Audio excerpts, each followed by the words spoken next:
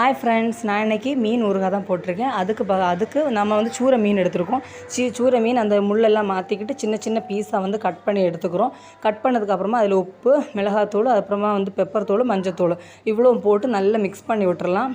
Mix பண்ணி நல்லா பிடிச்சதுக்கப்புறம் ஒரு 5 மினிட்ஸ் மாற்றி வச்சுக்கலாம். நம்ம எல்லாமே மிக்ஸ் பண்ணி விட்டு 5 மினிட்ஸ் மாற்றி வச்சுக்கலாம். மாற்றி வச்சதுக்கப்புறமா இந்த சைஸில் தான் நம்ம வெட்டி எடுத்துக்கணும். மாற்றி வச்சதுக்கப்புறமா ஒரு எண்ணெய் சூடானதுக்கப்புறமா எல்லாமே பொரிச்சு எடுத்துக்கலாம்.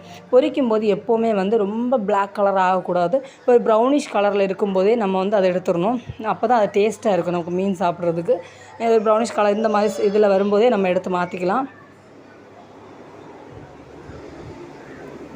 சூப்பராக இருக்கும். இந்த மாதிரி நீங்கள் பண்ணி பாருங்கள். எவ்வளோ நாள் வேணாலும் அப்படியே இருக்கும். சூப்பராக இருக்கும்.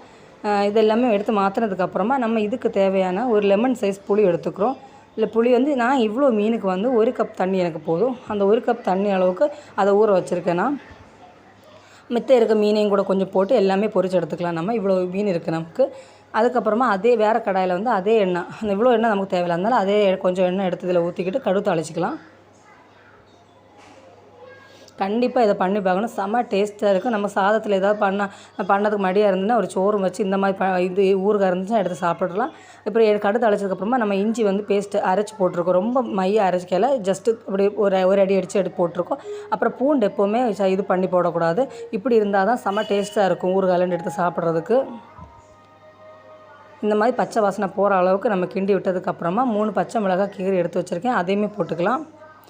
போட்டு அதுக்கப்புறமா நம்ம இதுக்கு தேவையானது என்னென்னு பார்த்தீங்கன்னா 2 ஸ்பூன் மல்லிப்பொடி, அதுக்கப்புறமா 2 ஸ்பூன் மிளகாத்தூள் வந்து எவ்வளோ வேணாலும் உங்களுக்கு ஜாஸ்தி காரத்துக்கு ஏற்ற மாதிரி போட்டுக்கலாம். நான் வந்து 2 ஸ்பூன் மல்லித்தூளும் 2 ஸ்பூன் மிளகாத்தூளும் தான் போட்டிருக்கேன். அதுக்கப்புறமா பெப்பர் தூள் இவ்வளோவும் போட்டு நல்லா வந்து அந்த எண்ணெயிலே வந்து மிக்ஸ் பண்ணி விட்டுறலாம். எப்போவுமே வந்து இந்த பொடியெல்லாம் போடும்போது லோ ஃப்ளேமில் வச்சு தான் போடணும். இல்லைனா எண்ணெய் கொஞ்சம் இருந்துச்சுன்னா உடனே வந்து அது கரிஞ்சிடும். அந்த கறியை விடக்கூடாது. எப்போவுமே பொடியை வந்து ப்ரௌன் கலர் ஆகிற மாதிரி கிண்டி எடுத்துக்கணும். அதுக்கப்புறம் புளி தண்ணி ஊற்றிக்கலாம். நம்ம 1 கப்பு தண்ணியில் வந்து புளி ஊற வச்சுருந்தோம். அந்த தண்ணி அதில் ஊற்றிக்கலாம். ஊற்றி அதுக்கப்புறம் எப்பவுமே கொதிக்கிற வரைக்கும் வச்சுக்கலாம். நம்ம கொதித்து தண்ணி எல்லாமே படர்ந்து அங்கே தனியாக வரும்போது நம்ம கரெக்டான கிரேவி ஃபார்ம் கிடச்சிருச்சு. ரொம்ப தண்ணியாக இருக்கக்கூடாது. இந்த மாதிரி கட்டி ஒரு கிரேவி ஃபார்மில் இருக்கும்போது நம்ம ஃப்ளேம் ஆஃப் பண்ணதுக்கப்புறமா மீன் போடணும். எப்போவுமே அது இருக்கும்போதே கொதிச்சுட்டு இருக்கும்போதே போடாமல் ஆஃப் பண்ணிவிட்டு நம்ம வந்து இந்த மீனை போட்டு மிக்ஸ் பண்ணி விட்டுறலாம்.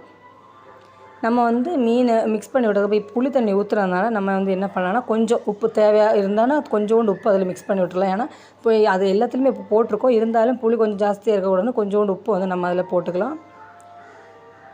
போட்டு மிக்ஸ் பண்ணி விட்டுடலாம். எப்போவுமே இது வந்து ஈரம் இல்லாமல் கையில் தான் அப்படி தான் செய்யணும். கொஞ்சம் கூட தண்ணியாக இருந்த ஸ்பூனோ இல்லை வந்து எதுவுமே படக்கூடாது. மீன் ஊறுகாய் கெடாமல் இருக்கணும்னா தண்ணி இல்லாமல் நல்லா நீட்டாக இதை பண்ணி எப்போவும் இந்த மாதிரி ஆகிடும். நல்லா மிக்ஸ் பண்ணி விட்டதுக்குமா இந்த மாதிரி ஆகிடும்.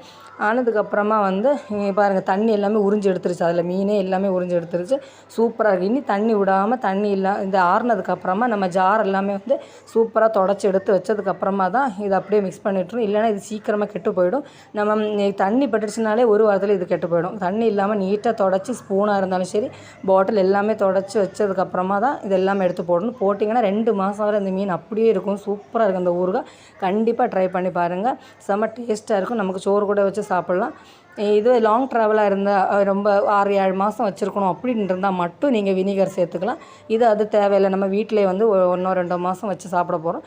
அதுக்கு நம்ம வந்து இந்த மாதிரி இவ்வளோ வினிகர்லாம் சேர்க்க வேண்டிய தேவை கிடையாது.